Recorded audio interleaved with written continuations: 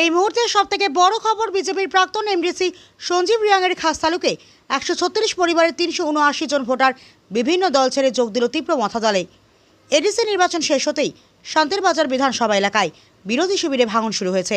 হরেঞ্জর রিয়াংয়ের নেতৃত্বে বিভিন্ন ভিলেজের 136 পরিবারের 379 জন ভোটার বিভিন্ন দল ত্যাগ করে তীব্র মথা দলে সামিল হয়েছেন।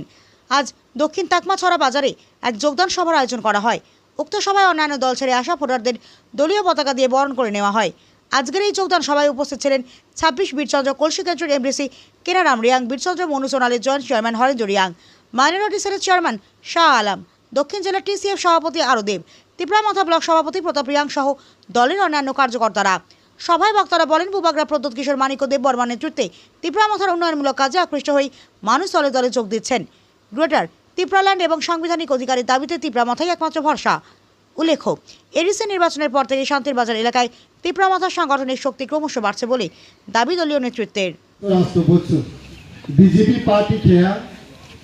পার্টি খেয়ে সাউথ এমডিসি বাবু এক্স এমডিসি সঞ্জিত বাবু বড় বুধ প্লাই খেয়া, কিন্তু 5 বছর বিনি ক্ষমতা থাকাকালীন তিনি সাউথ না একটা মার্কেট স্টল টাঙা, না একটা কমিউনিটি টয়লেট ব্যবস্থা দङ।